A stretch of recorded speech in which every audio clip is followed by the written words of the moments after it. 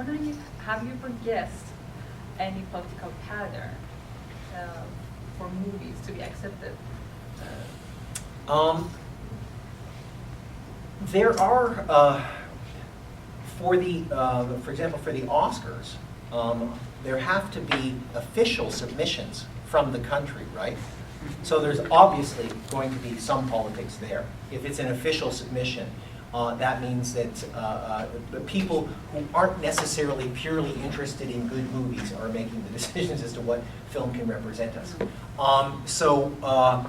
And as far as festivals are concerned, festivals are they're and I've worked for the Toronto Festival for a few years.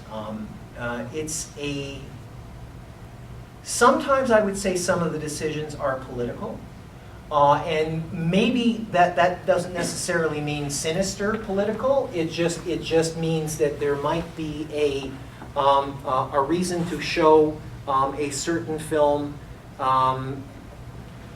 What would that reason be? But I think that I'm trying to figure out how that works. I know, for example, that the Cannes Film Festival tends to work pretty independently, right? Mm-hmm. Tends to work pretty independently, but its choices can be sometimes very, very strange too. Yeah. I mean, I've been at the Cannes Film Festival a few times, right? And I'm watching Hollywood superhero movies. It's like, why am I sitting in France watching the X-Men or whatever it was? And that is because the attention and the influence and the money of the Hollywood studios is of course, a huge international presence. So yeah, I think that anywhere there's going to be a certain level of politics in any kind of selection for any event. Yeah, but so that wasn't a very coherent answer. My apologies for that. Thank you. Zari. What do you think about the concept of land that was told to this young guy by the oldest, family member, was his grandfather? What do you think about the concept of land? Well, and it's told while his grandfather is quite beautifully working with the soil, right? I love that scene.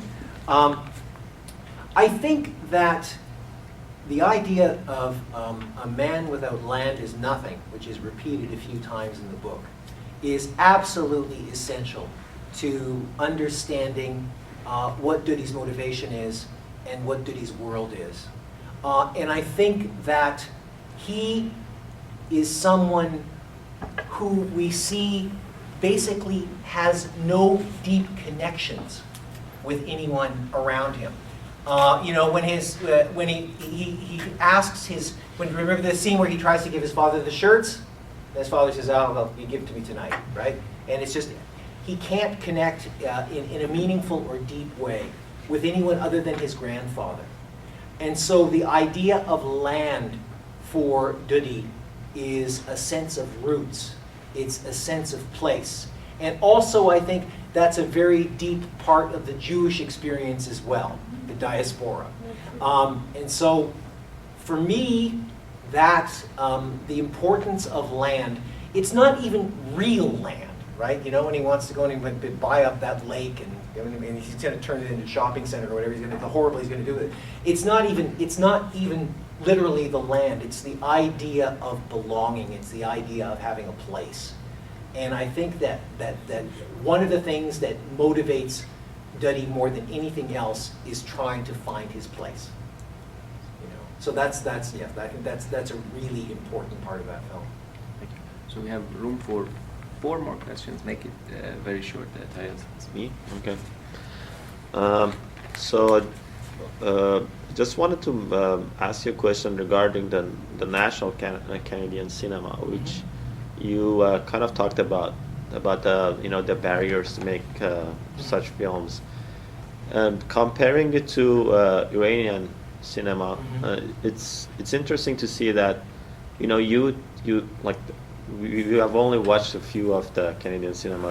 It's an ongoing season, but the fact that you would see differences in culture and different perspectives is in a way the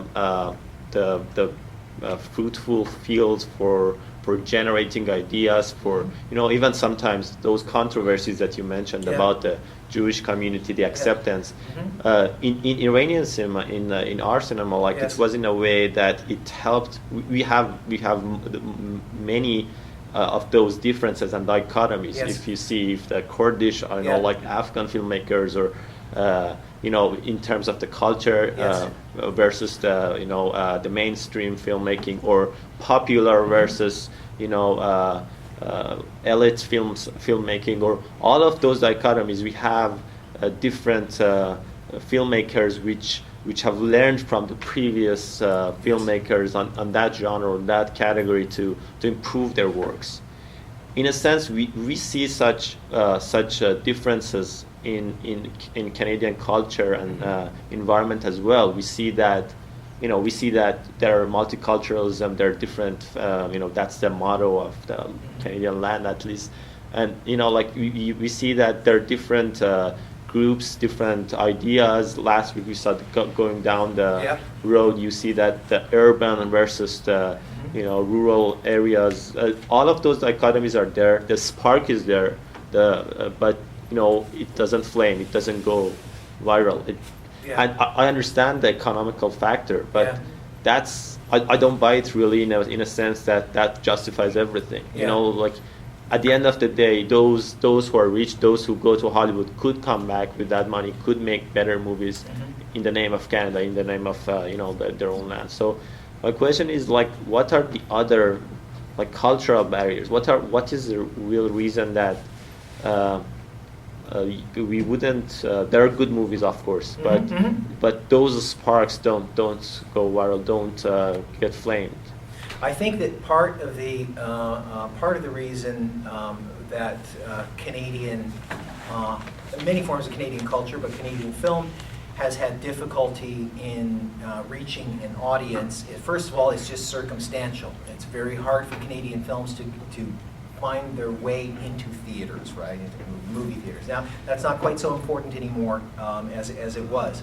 But the other thing that happens is that if you can imagine, you grow up in a country, as I did, where most of the movies that I see come from the United States, right?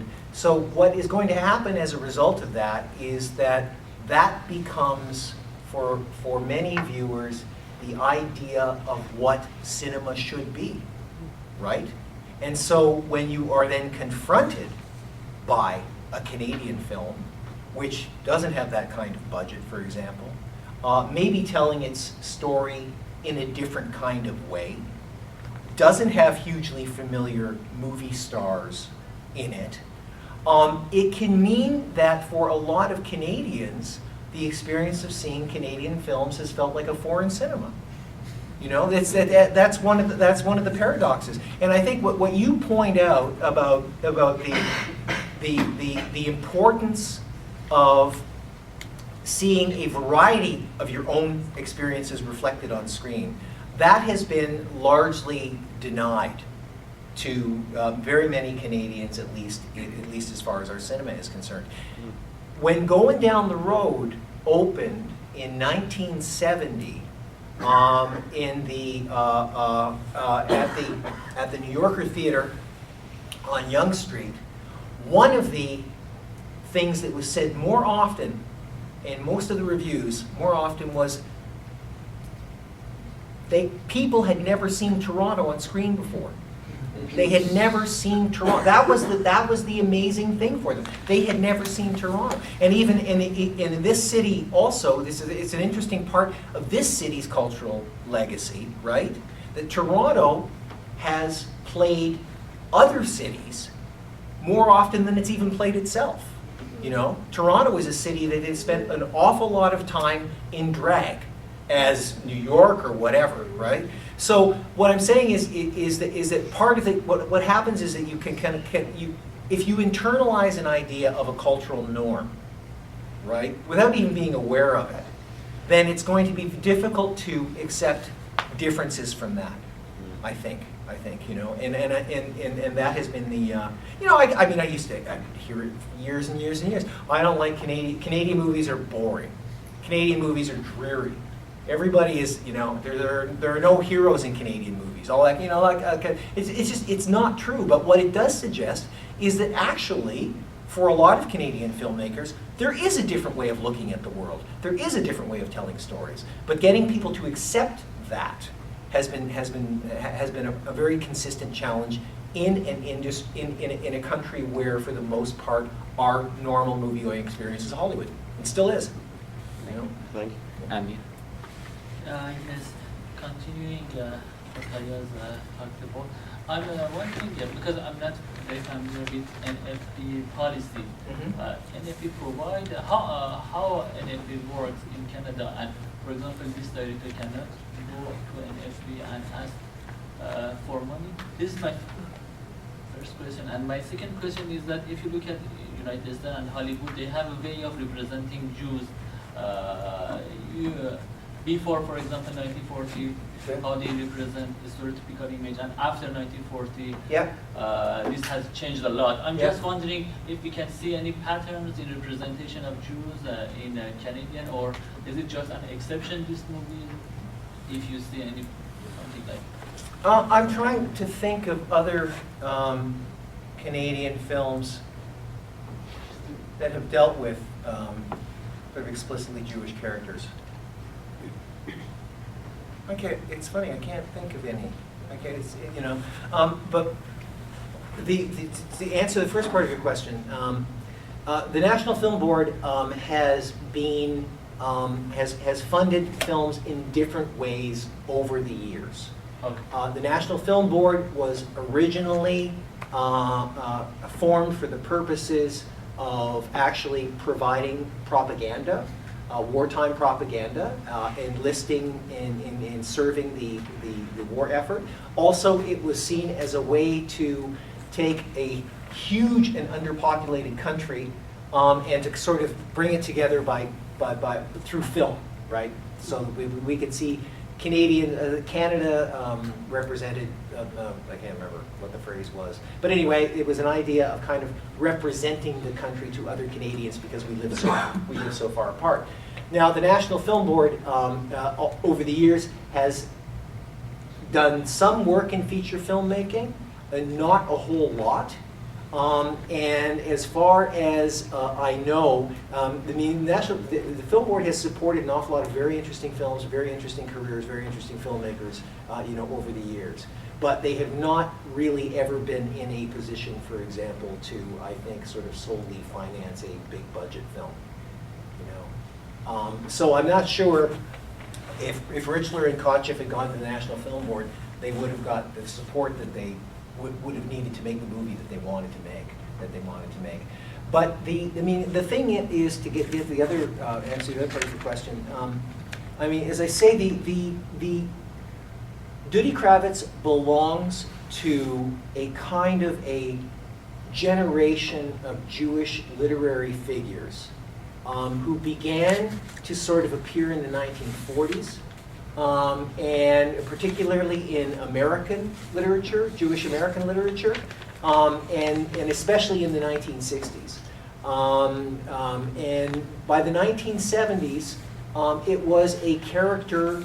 He was a character that was not as exceptional as he would have seemed perhaps 10 years before that, right? He did. I mean, as I say, the interesting thing about literature is about Richler is that he is unabashedly, he's a Jewish Canadian writer, and that's the experience that he writes about. But he writes about it particularly in Montreal, and even though he's writing about it particularly in Montreal, it has very, very strong similarities with some of the novelists working in the United States at the time. And I think that was part of the generational experience too.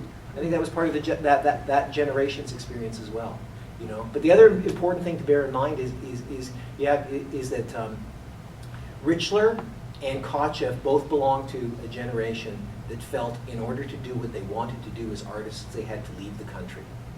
You know, and when to get back to what you said about land, I mean that's interesting too, because here you have these two guys making the film, right? Making the film themselves, who have felt that they've had to leave their own country in order to work.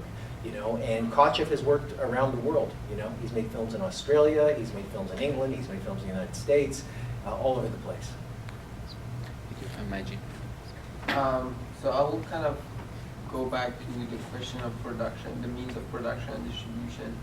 And I think one of the things that Don Shabib said last week was that at the time it was hard to get distribution for Yeah. films. There was this kind of American studios, American distributors, American financing only does American movies.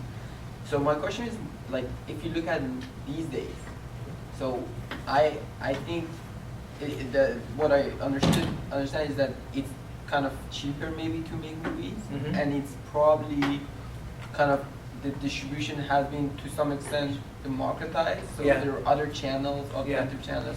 So do you think this is kind of an opportunity for Canadian movies to kind of maybe shine, to get that flame? Is that a possibility? It's Yeah. possible.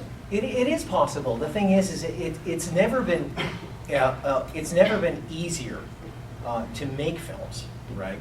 And certainly there are more film schools now out there, you know, than there ever have been before. And so I do think that one of the things I've always felt is that it's a bit of a myth.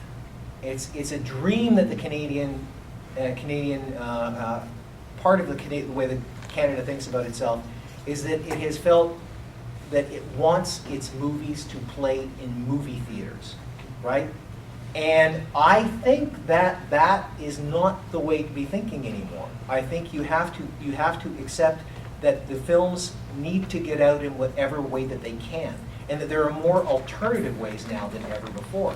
And one of the things that is interesting now is that it seems to me that, you know, most of the most Hollywood movies these days are like costing over $200 million. It's astounding, you know. And so, you know, we're in a country where to make a movie for $3 or $4 million is considered big budget, right? You can't compete with that, you know. You can't compete with that. But I do think that it is possible that with these more means of distribution, I don't know that anybody's going to get rich, but if you're doing it because you want to make films or you want to see films, you're not doing it to get rich anyway. So yes, it's you know, I remain optimistic despite the fact that I've seen certain things happen over and over and over again, you know, over the years. Connie. Yes, I was just going to get back to the question of distribution, and it's hard to remember what it was like in those days. This movie was in cans, really heavy cans. Yeah. They were horribly expensive to transport from one place to another. And if you want to start enthusiasm for Canadian film, you want Canadian citizens to see it. Well, the money it would take the distributor to ship it out to Saskatchewan, where there's only 100,000 people in the entire province. So when you get to Saskatoon or Regina, the population is very small, and to get that into the theater and make money from it is really difficult. So for a long time, Canadian films were seen in Montreal, Toronto, and Vancouver. Yeah. But nobody in between ever saw anything because it wasn't financially possible. You asked about the NFB. The NFB, who had a mandate to address Canadians, used to show all their films for free. They would put them in the trunk of a car. Yeah. The car would drive around the countryside, set up screens in churches and synagogues, barns, and show those films for free. So the National Film Board films got seen by everybody, potentially, whereas the private sector films had a very reduced audience. Remember, we're 30 million, as opposed to the US 300 million. So if you want to ship films around the US, you can stop in, you know, Annapolis and Chicago and St. Louis, and everywhere that you go, there are 1 million people to see your film. It's just very different here. And the other thing, in those days, the only people who made films at the NFB were on staff. They didn't really look for people outside of staff. And Claude Jutras, who was a staff person at the NFB, left to make his first film, À tout prendre, because he couldn't do it. And he went back to the NFB once he'd finished doing it. So the NFB was a very in-house sort of thing, and it's different now. Mhm. But in those days, you couldn't just go to the NFB and say, I've got a great idea, can I make my film with you? I know you want to comment on it. We want to wrap up this section. I just want to ask two very quick questions. Sure. One is about the minor character in the film, the Yvette, I think it was called, right? Yvette? Yes, Yvette. As far as I understand, she wasn't Jewish, but the thing is, like, who could she represent? Could she represent like a character that would facilitate the bond between the minority Jewish and the French, dominant French? Or who, in your view, who could she represent, like in the novel and the film? Was she like a character to make the bonds stronger, or was she a character who wanted to, you know, make things like follow? Well, I think she's a character who responds to initially, anyway, all that is good in Duddy, right? She responds to, and so I do think that and that's the Micheline Langto character Yeah. I'm talking about, right? So her disappointment as the film goes on, her sense of disappointment, her sense of betrayal, right, is a way of kind of measuring how far Duddy is willing to go, because she does represent a kind of an idealism, an ideal. But it is interesting that she, of course, is not Jewish. And there are references to, for example, the fact that Duddy, there are certain people that will never sell anything to him because he's a Jew, right? So there is a sense of the francophone anti-Semitism at work in the culture as well. So I mean, it's the role of sort of non-Jewish women is all over Richler, isn't it? Right? I mean, most of his characters, as I recall, are falling in love with women who aren't Jewish. They represent these kinds of ideals. Including his wife. Including his wife, yes, exactly. Yes, exactly. You know, they represent a kind of an ideal. So I just, you know, it's she represents a kind of a sort of a. There's a purity, there's a sincerity, but I think it is what she also represents is someone who sees through Duddy more effectively than anyone else, I think. Let's give a round of applause for this section went a little bit longer. Before we start the next